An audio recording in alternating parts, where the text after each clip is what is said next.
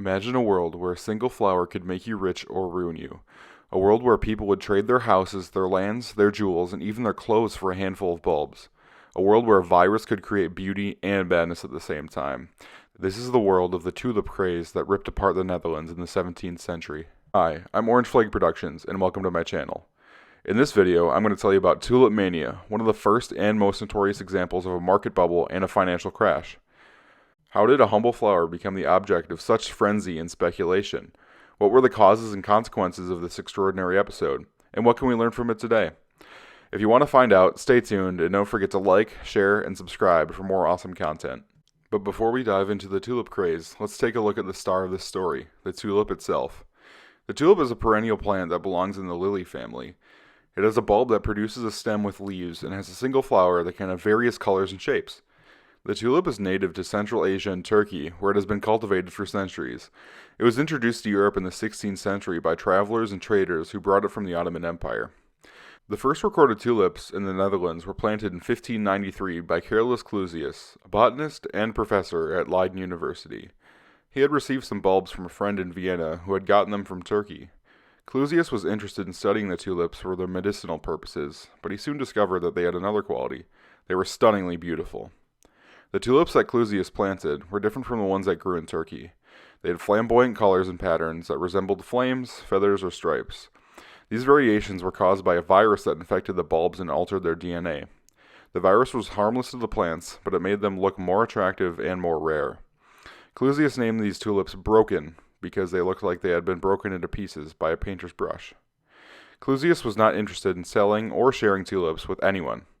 He wanted to keep them for his own research and his own enjoyment. But his neighbors had other plans. They were so enchanted by his flowers that they started to sneak into his garden at night and steal his bulbs. Soon, the stolen bulbs were planted in other gardens and nurseries across the country, and a new craze was born. The Dutch were already fond of flowers and gardening, but they had never seen anything like these broken tulips before. They were exotic, elegant, and expensive.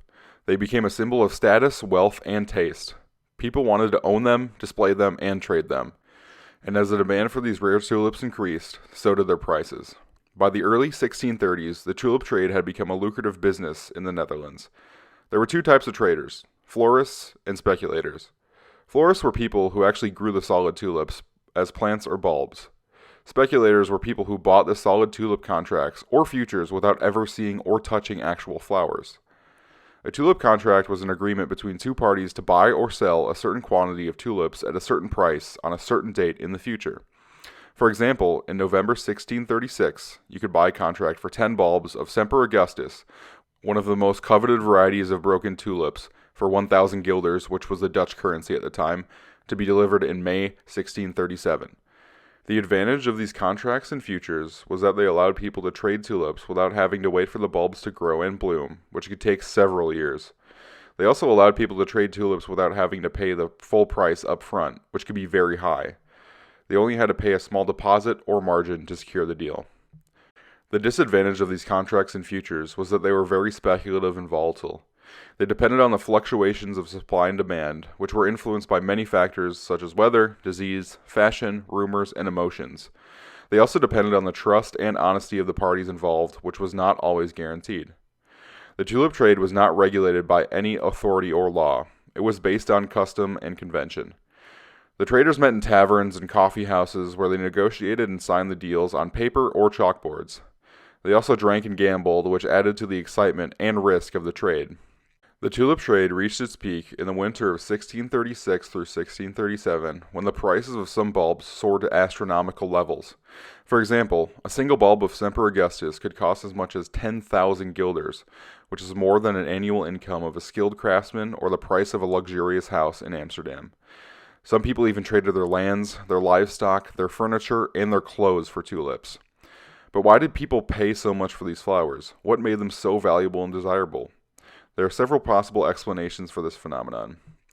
One explanation is that the tulip craze was driven by a genuine appreciation of the beauty and rarity of the broken tulips.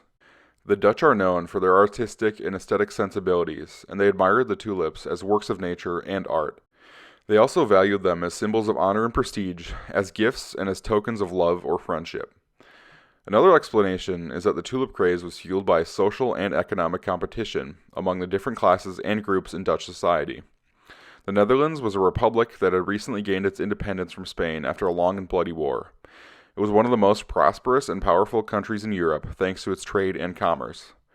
It had a large and diverse population that included nobles, merchants, artisans, farmers, sailors, soldiers, immigrants, refugees, religious minorities, and even more. The tulip trade offered an opportunity for anyone with some money and some luck to make a fortune and climb up the social ladder. It also offered an opportunity for anyone with some taste and some skill to show off their wealth and status. The tulip trade created a sense of excitement, adventure, and possibility in a society that was undergoing rapid changes and challenges. A third explanation is that the tulip craze was influenced by a psychological and emotional phenomenon known as herd behavior or groupthink. This is when people follow the actions or opinions of others without thinking critically or independently. They do this because they want to fit in, to avoid conflict, or to benefit from the collective wisdom or success of society. The tulip trade attracted many people who had little or no knowledge or experience in gardening or finance. They followed the trends and tips of others who seemed more informed and more successful.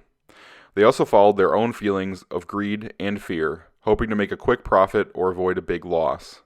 The tulip trade created a sense of euphoria, panic, or hysteria in a society that was exposed to new information and new opportunities. These explanations are not mutually exclusive. They may all have played a role in creating and sustaining the tulip craze. But they also raise some questions. How long did the craze last? How did it end? And what were its consequences?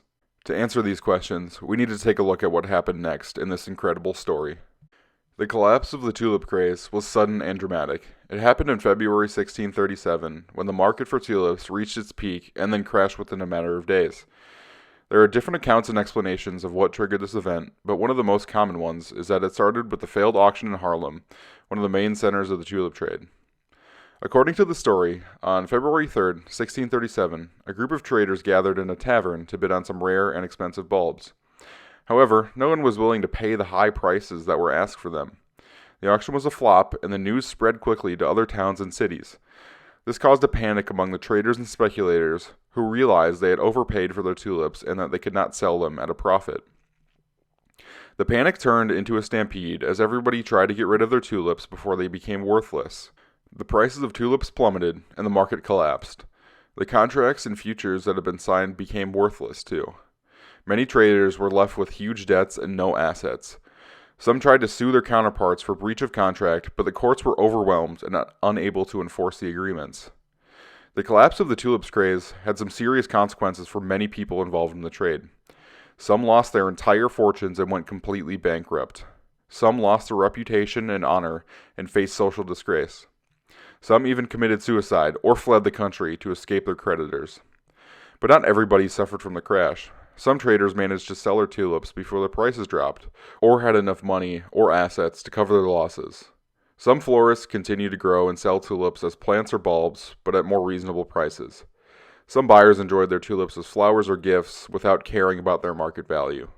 The collapse of the tulip craze also had some effects on Dutch society and the economy as a whole. Some historians argue that it caused a recession or depression that lasted for several years. They claim that it reduced the wealth and income of many people, especially the middle class, and that it slowed down the growth and development of the trade industry. Other historians disagree with this view. They argue that the tulip craze was a minor episode and that it had little impact on the overall prosperity and stability of the Dutch Republic. They claim that it affected only a small segment of the population, mainly speculators and traders, and that it did not affect the main sectors of the economy such as agriculture, manufacturing, shipping, banking, etc. They also point out that the Dutch Republic recovered quickly from the crash and continued to be one of the most successful and influential countries in Europe for decades. They attribute this success to factors such as political freedom, religious tolerance, scientific innovation, cultural diversity, and more. So, who was right? Was the tulip craze a disaster or a blip? The answer is not clear-cut. The tulip craze was complex and multifaceted, and it had different causes and consequences for many different people at different times and different places. It was not a single event, but a series of events that unfolded over several years. Bubbles and crashes are not just phenomena that happen in the market. They are also phenomena that happen within us. They are expressions of our hopes, fears, dreams, nightmares, strengths, weaknesses, virtues, and vices. They're part of the human experience. Thank you for watching this video. I hope you enjoyed it and I hope you learned something new. If you did, please give it a thumbs up, share it with your friends, leave a comment below, and subscribe to my channel for more awesome content. And if you want to support my work, you can also check out my Patreon page where you can get access to exclusive perks and rewards. I'm Orange Flake Productions, signing out for now. See you next time.